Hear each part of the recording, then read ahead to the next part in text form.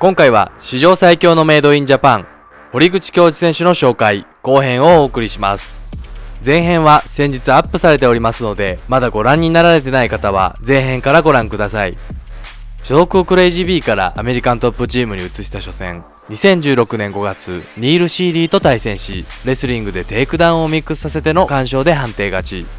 2016年11月ランキング8位で王者デメトリアスとのタイトルマッチ挑戦経験のあるアリ・バガウディノフと対戦し、カウンターでぐらつかせ、レスリングが強いバガウディノフに逆にテイクダウンを奪う場面も見せ、フルマークの判定勝ちを収めました。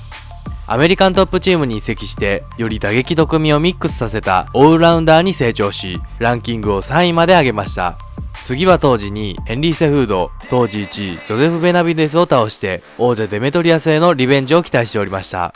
しかし2017年2月、堀口選手は UFC からのオファーを断り、フリーエージェントになることが公表されました。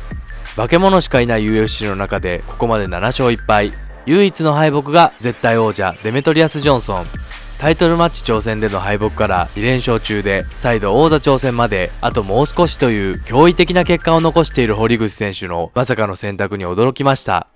当時堀口選手の希望としては UFC 残留で、目標は UFC のチャンピオンとのことだったそうで、 UFC 側もぜひこのまま継続参戦してほしいという話だったそうです。しかし UFC 側が提示してきた条件はとても納得できるものではなかったそうで、ファイトマネーだけではなく26歳で一番脂が乗っている時にたくさん試合をしたいにもかかわらず、2016年は2試合しか組まれず、なかなか試合を組んでもらえない状況だったそうです。新たな契約ではファイトマネーは前回の契約よりも良かったらしいのですが、当時のフライ級上位ランカーに比べるとはるかに少なかったそうです。UFC の関係者によると、堀口選手は英語ができないのでグローバル的に売り出しづらいということ、当時日本で知名度が低く、日本大会をしても堀口選手が目玉にならないという状況も難点だったそうです。堀口選手はシュートでチャンピオンになってみんなが憧れていた UFC に流れることになった。第一段階のキャリアとしてはそれなりの結果を残したし、格闘家として証明できたんじゃないか。ただ最近の傾向としてプロとして人気がないとダメだ、知名度を上げないとダメだとコナー・マクレガーやディアス兄弟の人気を見て感じ始めていったそうです。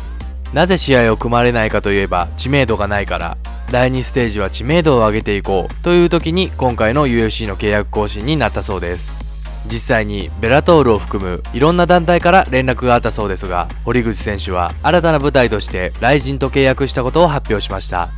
堀口選手はライジンのチャンピオンになって、堀口ライジンにいてチャンピオンになりやがった、俺もライジンに行って挑戦しようとみんなに注目させて、ライジン日本の格闘技界を盛り上げたい、当たり前にスターになりますと話しました。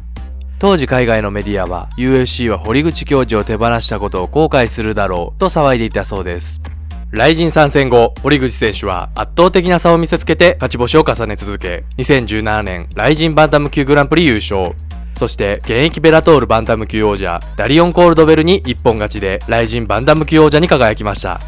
世界最高峰 UFC の中でもトップ戦線で活躍し続けていた世界の堀口は、ライジンで圧倒的な実力の差を見せつけ、ライジン王者となり、堀口教授を求めて国内海外問わず多くの選手がライジンに集まり、瞬く間にライジンの顔となりました。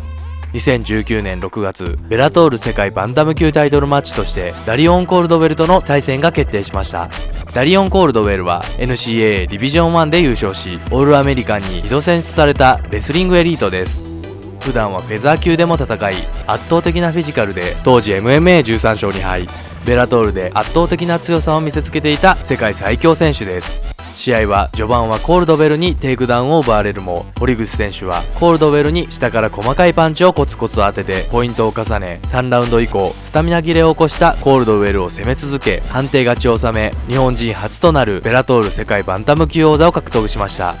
MMA の歴史上初となるベラトール、ライジンと世界メジャー2団体同時の現役王者に輝いた堀口恭司選手は、より世界から注目され、シャードックという世界 MMA サイトのランキングではほぼ UFC の選手が上位を占める中、バンタム級世界5位にランクインしました。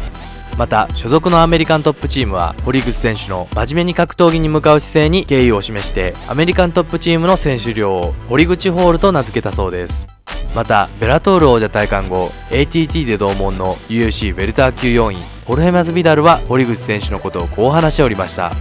アメリカントップチーム最強パウンド・フォー・パウンドのファイターは堀口恭司だよ。彼は何でもできる。ここには北米トップのレスラーたちがいるが、レスラーへの対応力がすごい。そしてここだけの話だが、恭司は元 UFC フライ級上位ランカージョン・リネカーと元 UFC フライ級1位ジェシー・ホロミーが相手にスパーで遊んでいる。競い合っているのではなく、恭司は彼らを一掃しているんだと話しておりました。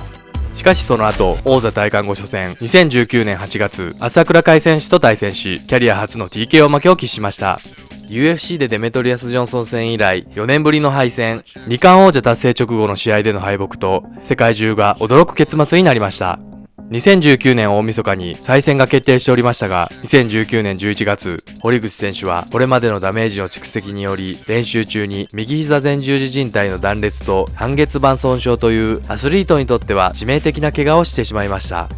膝の前十字靭帯の断裂はアスリートにとってパフォーマンスを大きく落としてしまうことが多く、山本キッドの織文選手、元 UFC バンダム級王者ドミニク・クルーズも膝の前十字靭帯を断裂を経験し、復帰後思うような結果を出せていない状況が続きました。堀口選手はコメントを発表しました。高校を卒業してからプロとして約10年走り続けてきました。もちろん無傷ではなかったのですが、なんとかやってこられました。2018年の終わりから2019年に入ったくらいから少しずつおかしいなと思う部分が出てきたり、春を過ぎた頃から本格的に体の各箇所の痛みや違和感を感じていましたが、まあ大丈夫っしょ、気合でなんとかなるでしょうと思っていました。甘かったです。10月後半より本格的に練習を再開したのですが、その蓄積に気づかず、先日の練習中についにギリギリ首の皮一枚つながっていた靭帯が悲鳴を上げました。また新たに強くなった堀口恭司をお見せできるように、日本の格闘技を盛り上げることに貢献できるよう精進してまいりますと話しました。その後、長期防衛をできないとしてライジンバンダム級王者、ベラトールバンダム級王者の返上も発表しました。前戦から1年4ヶ月の時を経て、2020年12月31日、ライジンバンダム級タイトルマッチで朝倉海選手に TKO 勝ちでリベンジに成功。再びライジンバンダム級王者に輝きました。試合数週間後、堀口選手はインタビューでこのように話しております。自分はまだスタートラインにも立っていない。前回、海君に負けてしまって、その後に返してしまったもの、ライジンとベラトールのベルト。ベラトールはまだ戻っていないので、しっかりベルトを2つ取って、やっと過去の自分に戻れる。まずはそれを取り戻しておかないとなと思います。現ベラトール王者アーチュレッタには全然勝てると思っている。すぐ次の試合でいいし、3月は難しいけど4月、5月、6月ぐらいならと話しております。現ベラトールバンタム級王者フアン・アーチュレッタは以前から堀口選手に対戦要求をしており、堀口選手がライジン王座に返り咲いた直後に Twitter で堀口選手へ対戦要求をしております。